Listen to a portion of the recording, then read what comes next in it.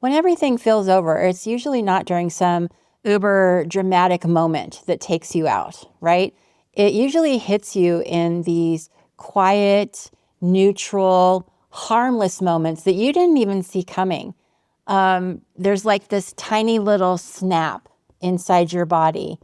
Your body's just saying, yep, we're done. We're done here. Every time I've hit that place, I've totally taken it personally. Like I should have seen it coming. There should have been a memo. There should have been something saying, warning, your emotional infrastructure is going to be compromised, evacuate, right?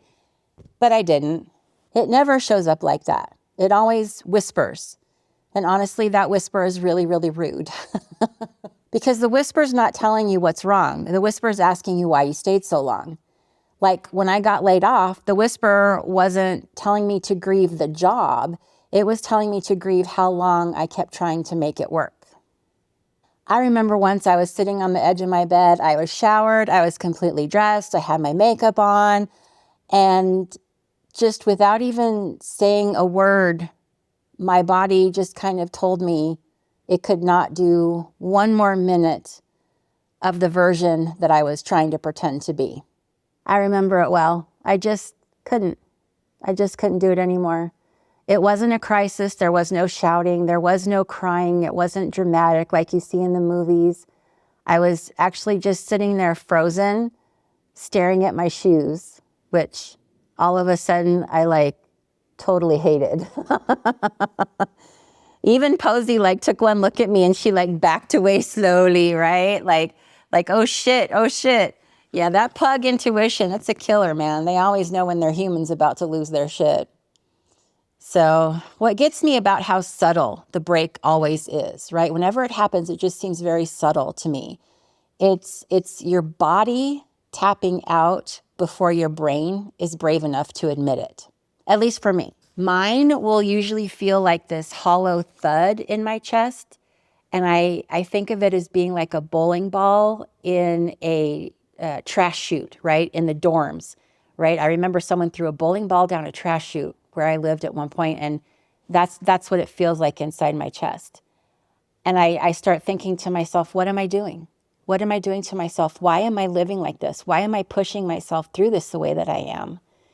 That's the moment that I usually realize that I've been trying to hold together something that stopped holding me a long time ago. Some endings happen really quietly, and they really do only register in your body at first.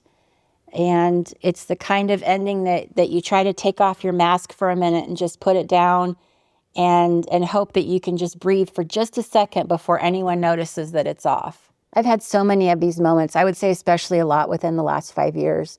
I remember a couple years ago when my hair started falling out during menopause, and I kept pretending that my scalp wasn't staging a mutiny. I kept thinking, oh, it's going to grow back, something's going to change. And then one day I just caught my reflection and realized that we're past negotiation phases now. This is real. This is it. And that was that. There was no drama. There was no argument. I just knew this is who I am now. I had to let go of the belief that I could negotiate my body into compliance. Does that make sense? I could no longer keep holding out hope that it was going to get better. Endurance did not override my reality.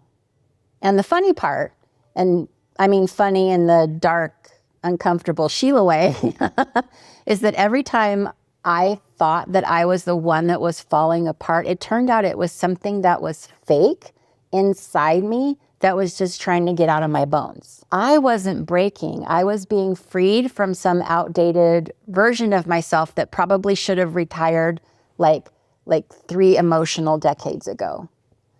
Like that part of me that just keeps smiling through the nonsense, the part that thought endurance was a personality trait, the part that thought that red flags could be used to decorate your home like pillows. That's what was dying inside of me, and it deserved a funeral. My denial, my people-pleasing, my ability to nod like a freaking bobblehead while my life was on fire all around me, that's what actually collapsed. In my experience, it's always been the fake thing, right? The lie the misbelief. Those are the things that collapse first. And knowing that provides me some kind of messed up comfort. It's like realizing that your life had like one bad spot that you learned to work around, not because it was fine, but because you just didn't think that fixing it was an option. So you adjusted, you compensated for it, you called it normal.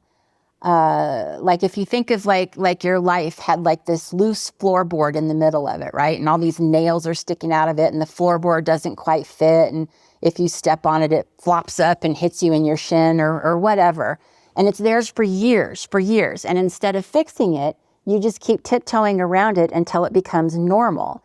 And it becomes so normal that you just don't even think about it anymore. You adjust, right?